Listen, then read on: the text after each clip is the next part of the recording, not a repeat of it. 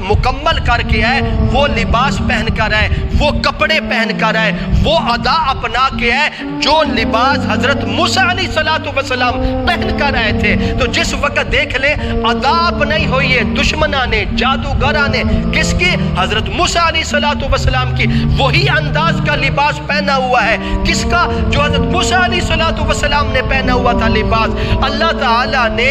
دیکھا ان جادوگروں کو، فرمایا کہ اے دین کے دشمنوں، تم ہو تو میرے دشمن، میرے پیغمبروں کے دشمن، میرے دین کے دشمن ہو، لیکن جاؤ میں تمہیں ایمان کی دولت دیتا ہوں، کس لیے کہ تم لوگوں نے میرے پیغمبر کی ادا اپنائی ہے، میرے پیغمبر جیسی صورت اور لباس پہن کر اس میدان میں مقابلہ کرنے کے لیے آ گئے ہو، جاؤ میں تمہیں اپنے پیغمبر کے طفیل، تمہیں بھی ایمان کی دولت عطا کر دیتا ہوں۔ اگر دو دین کے دشمن جادوگر جو پیغمبروں سے مقابلہ کرنے آ جاتے ہیں، اگر وہ بھی ادا نبیوں والی اپنا لے تو اللہ تعالیٰ ان کو بھی ایمان کی دولت عطا کر دیتا ہے۔ اگر ہم مل کر حاجیوں والی ادا اپنا لیں، حاجیوں والی مشابہت اختیار کر لیں، انشاءاللہ وہاں اللہ تعالیٰ حاجیوں کے گناہ معاف کر دے گا، ان کی مشابہت اختیار کرنے سے اللہ تعالیٰ یہاں ہم گناہگاروں کے گناہوں کو معاف فرما دیں گے۔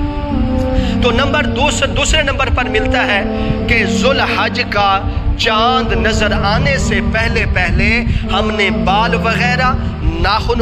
وغیرہ اور زیر ناف کے بال کتروا لینے ہیں، تاکہ ہم پھر اس عمل کو نہیں دہرانا۔ پھر یہ عمل قربانی کا جانور کرنے کے بعد، قربانی مکمل کرنے کے بعد پھر آپ کو اجازت ہے، آپ بال وغیرہ کٹوا سکتے ہیں، ناخن وغیرہ کاٹ سکتے ہیں۔ یہ مستحب عمل ہے، اس کا اللہ تعالیٰ نے اتنا اجر اور ثواب عطا فرمائیں گے جس کا انسان تصور نہیں کر سکتے۔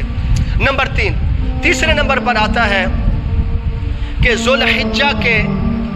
پہلے 9 دنوں میں روزے رکھنا، یہ بھی بہت اہم عمل ہے۔ روزہ رکھنا اتنا اللہ تعالیٰ کو تو یہ سب سے پیارا عمل ہے روزہ رکھنا، کیونکہ روزہ رکھنے میں اللہ تعالیٰ کی صفات موجود ہے۔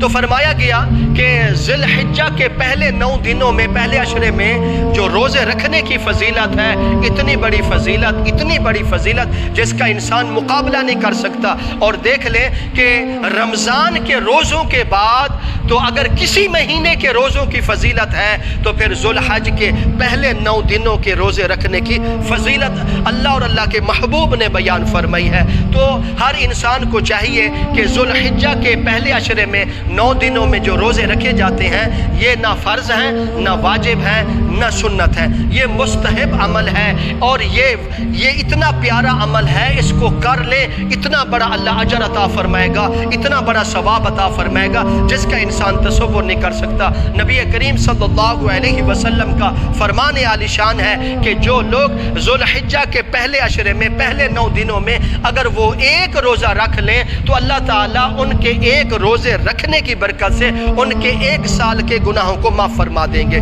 تو اس لیے اب دوسرے مقام پر آپ صلی اللہ علیہ وسلم نے فرمایا کہ جو شخص ذوالحجہ کے 9 یعنی کہ نامے کے دن، یعنی عرفے کے دن کا روزہ رکھے گا، 9 ذی الحجہ کا روزہ رکھے گا، تو اللہ تبارک و تعالی اس شخص کے 1 سال گزشتہ اور 1 سال آئندہ گناہوں کو معاف فرما دیں گے۔ اب علماء کرام فرماتے ہیں یہ جو نبی کریم صلی اللہ علیہ وسلم کا فرمان ہے نا کہ ذوالحجہ کے 9 ذوالحجہ کا یعنی کہ روزہ رکھنے والا، عرفے کے دن کا روزہ رکھنے والا، اس کے 1 سال گزشتہ یعنی پچھلے گناہ معاف ہو جائیں گے۔ اب دوسرا یعنی کہ فرمایا گیا اس کے آئندہ 1 سال گناہ بھی اللہ تعالیٰ معاف فرما دے گا۔ اب علماء فرماتے ہیں یہ فرمان سے ہمیں یہ پتہ لگتا ہے جو عرفے کے دن کا روزہ رکھے گا انشاءاللہ اس کو اگلے سال تک موت نہیں آ سکتی، کیونکہ اس میں نبی کریم صلی اللہ علیہ وسلم کا فرمان ہے کہ آپ نے فرمایا جو 9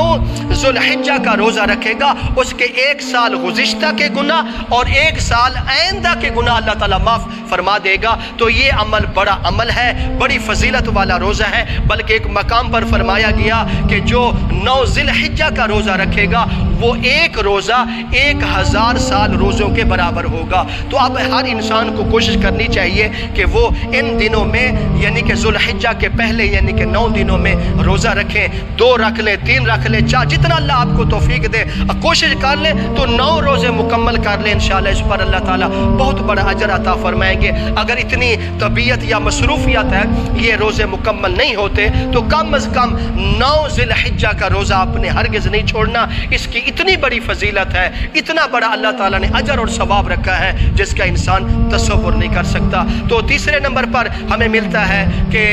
ذوالحجہ کے پہلے 9 دنوں میں ہم نے روزے والی عبادت کرنی ہے اور ان کو خوش دلی کے ساتھ رکھیں، انشاءاللہ اس کا اللہ تعالیٰ اتنا اجر عطا فرمائے گا جس کا انسان تصور نہیں کر سکتا۔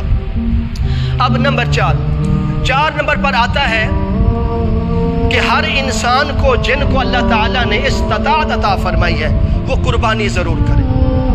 انشاءاللہ میں اگلے جمعے میں انشاءاللہ اگلے خطبوں میں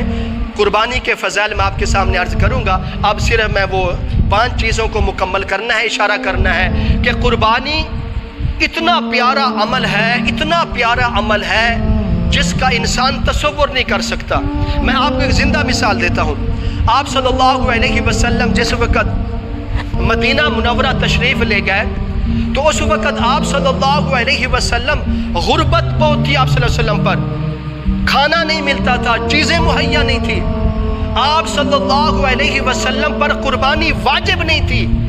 لیکن اس کے باوجود آپ صلی اللہ علیہ وسلم نے کسی سال قربانی کو ایسے نہیں یعنی کہ چھوڑا، بلکہ ہر سال قربانی ادا کی، خوش دلی کے ساتھ قربانی ادا کی، بلکہ خود بھی اپنے نام پر بھی قربانی کی اور اپنی امت کے نام پر بھی قربانی کی۔ تو اس سے ہمیں یہ پتہ لگتا ہے کہ ہمیں یہ اپنے مال کی تعداد نہیں دیکھنی چاہیے کہ ہمارے پاس پیسہ کم ہے زیادہ ہے، نہ، اگر آپ کا دل مطمئن ہو رہا ہے، اگر آپ یعنی کہ آپ کا نظام صحیح ہے، اگر آپ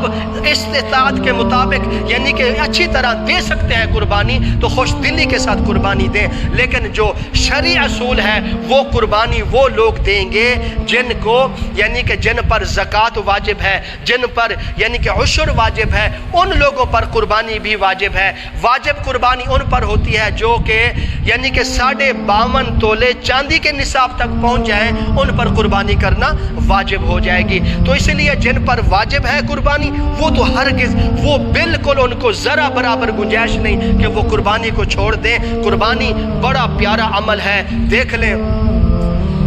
اللہ تبارک و تعالیٰ نے حضرت ابراہیم علیہ السلام کو بیٹا قربان کرنے کا حکم دیا تو حضرت ابراہیم علیہ السلام نے اپنے بیٹے کے گردن پر چھری چلا دی۔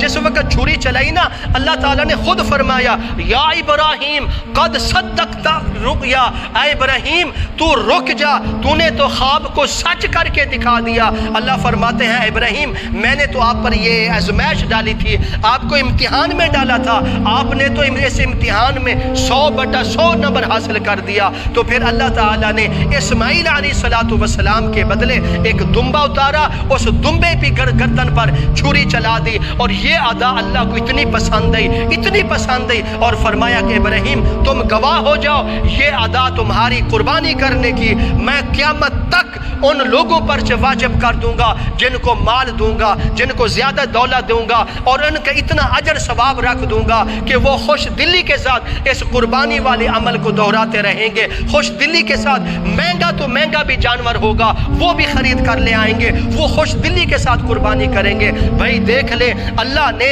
حضرت ابراہیم علیہ السلام سے بیٹے کی قربانی مانگی۔ حضرت ابراہیم علیہ السلام نے اس میں کوئی یعنی کہ کوئی ایسی تدبیر بھی نہیں سوچی، ایسا کوئی بہانہ ہیلا بھی نہیں ڈھونڈا کہ میں شاید میرا بیٹا بچ جائے، بلکہ نہیں، اپنے بیٹے کو قربان کر دیا اللہ کے راستے پر، یعنی کہ قربان ہونے کے لیے گردن پر چھری چلا دی۔ لیکن اللہ نے اگر ہم سے یہ بیٹے کا مطالبہ کرتے کہ تم بھی اپنے بیٹوں کی گردن پر چھری چلاؤ تو ہم چلانے پر یعنی کہ لازم ہو جاتے، ہم چلاتے کیونکہ اللہ کا حکم ہے۔ لیکن اللہ تعالیٰ نے ہم پر یہ اتنا بڑا امتحان نہیں مسلط کیا، بلکہ فرمایا کہ تم اپنی بیٹوں کے اپنی اولاد کی گردنوں پر چھری نہ چلاؤ، بلکہ جانور خریدو، اس جانور کو اللہ کے راستے پر قربان کر دو تمہیں اتنا اجر ثواب ملے گا جس کا انسان تصور نہیں کر سکتا۔ تو اس لیے فرمایا گیا پہلے نمبر پر قربانی وہ لوگ کریں جو کہ 52.5 تولہ چاندی نصاب تک پہنچ گئے، چاہے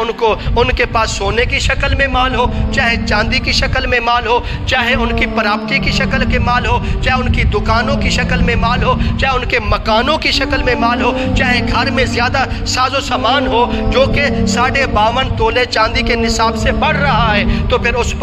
شخص پر قربانی کا جانور قربانی اس پر واجب ہو جائے گی، تو ایسے شخص کو قربانی کرنا لازم ہوگا۔ تو اس کے علاوہ جو یعنی کہ 52.5 تولے نصاب تک نہیں پہنچ سکتے، اگر ان کی آمدنی کم ہے، اگر ان لوگوں نے تھوڑا تھوڑا پیسہ جوڑا ہوا ہے تو ان کو بھی چاہیے، اگر وہ ان کا دل مطمئن ہوتا ہے وہ بھی قربانی کر لے، انشاءاللہ اس پر اللہ تعالیٰ نے بڑا اجر ثواب دینا ہے۔ میں آپ کو ایک آسان کا نسخہ بتاتا ہوں، اگر آپ کو ایک کشش ہوتی ہے کہ میرے پاس پیسے تو ہے نہیں لیکن میرا دل کرتا ہے میں قربانی کروں، آپ ایسا کریں سال بھر روزانہ یعنی کہ تھوڑے تھوڑے پیسے یعنی کہ ایک غلہ گھر لے لے رکھ لے، اس میں تھوڑے تھوڑے پیسے ڈالتے جائیں، جب قربانی کے دن قریب ہیں اس غلے کو توڑیں تو پھر اس پیسے سے آپ قربانی کا جانور خرید کر بھی قربانی کر سکتے ہیں۔ یہ ان لوگوں کے لیے ہے جو نصاب تک نہیں پہنچتے لیکن ان کا دل تڑپ زیادہ ہوتی ہے کہ اللہ تعالیٰ کاش ہمیں بھی پیسے دے ہم بھی قربانی کریں، تو وہ اس طریقے سے قربانی کا جانور خرید کر قربانی کر سکتے ہیں۔ جو صاحب نصاب نہیں ہے وہ قربانی نہ کریں، گناہ گار نہیں ہوں گے کیونکہ ان پر یعنی کہ قربانی واجب نہیں ہے، اور جو قربانی کرنے والے جو صاحب نصاب ہیں ان پر لازم ہے، اگر قربانی نہیں کریں گے تو وہ سخت گناہ گار ہوں گے۔ تو فرمایا گیا قربانی کا جانور اتنی فضیلت والا ہے، کل قیامت کے دن جب آپ کا نامہ اعمال تلیا جائے گا تو آپ کے ساتھ قربانی والا جانور چل کر آئے گا، اور پھر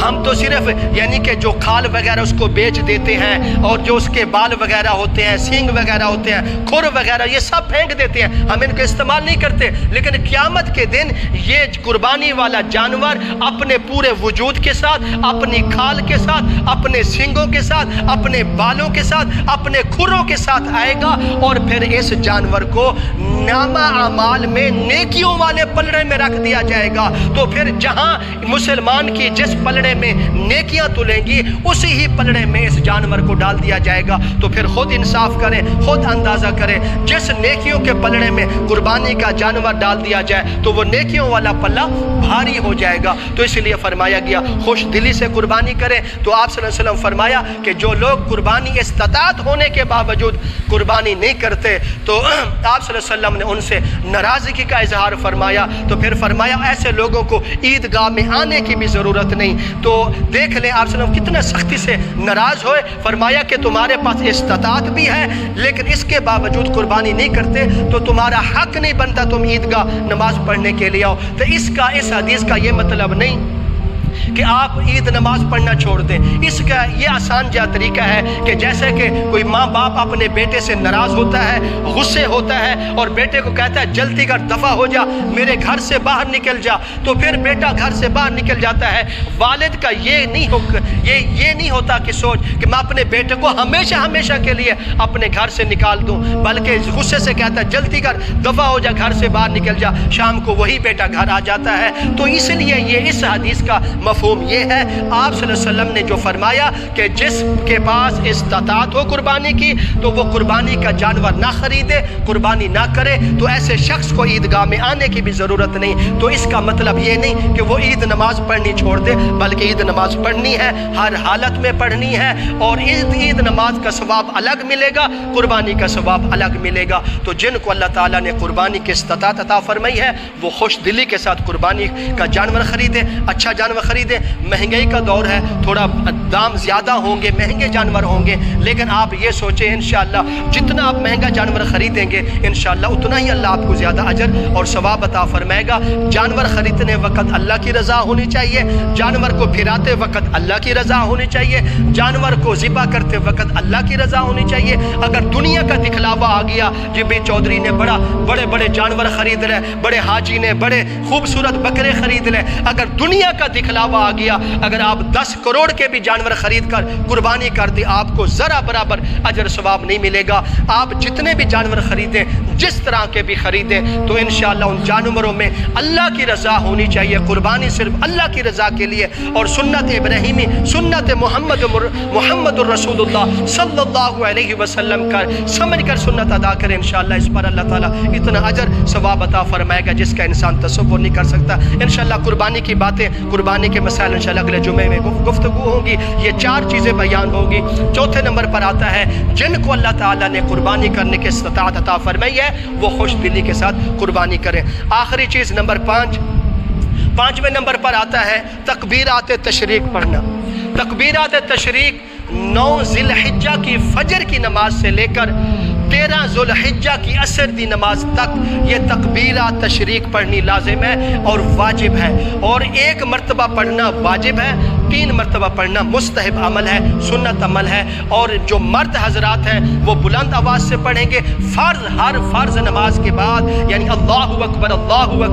لا الہ الا اللہ واللہ اکبر اللہ اکبر وللہ الحمد، مرد حضرات 3 مرتبہ پڑھیں۔ 1 مرتبہ بھی پڑھ لیں گے آپ کا یہ فریضہ یعنی واجب ادا ہو جائے گا، اگر 3 مرتبہ پڑھ لیں گے یہ طاق میں آ جائے گا، ڈبل ٹرپل ثواب ملے گا۔ مرد حضرات بلند آواز سے پڑھیں، اور جو عورتیں ہیں اپنے گھروں میں نمازیں پڑھتی ہیں وہ آہستہ آواز سے، وہ بھی ان پر بھی لازم ہے۔ تو یہ 5ویں چیز ہے، تکبیرات تشریق ہر مسلمان پر واجب ہے، چاہے وہ غریب ہو چاہے وہ امیر ہے، اس پر لازم ہے، وہ ضرور پڑھے گا۔ یہ اس وقت شروع ہوں گی 9 ذی الحجہ کی فجر کی نماز سے لے کر اور 13 ذو الحجہ کی عصر کی نماز تک یہ پڑھنی۔ یہ 5 چیزیں میں نے آپ کے سامنے رکھ دی۔ نمبر 1 ذو الحجہ کے پہلے 9 دنوں کی فضیلت۔ نمبر 2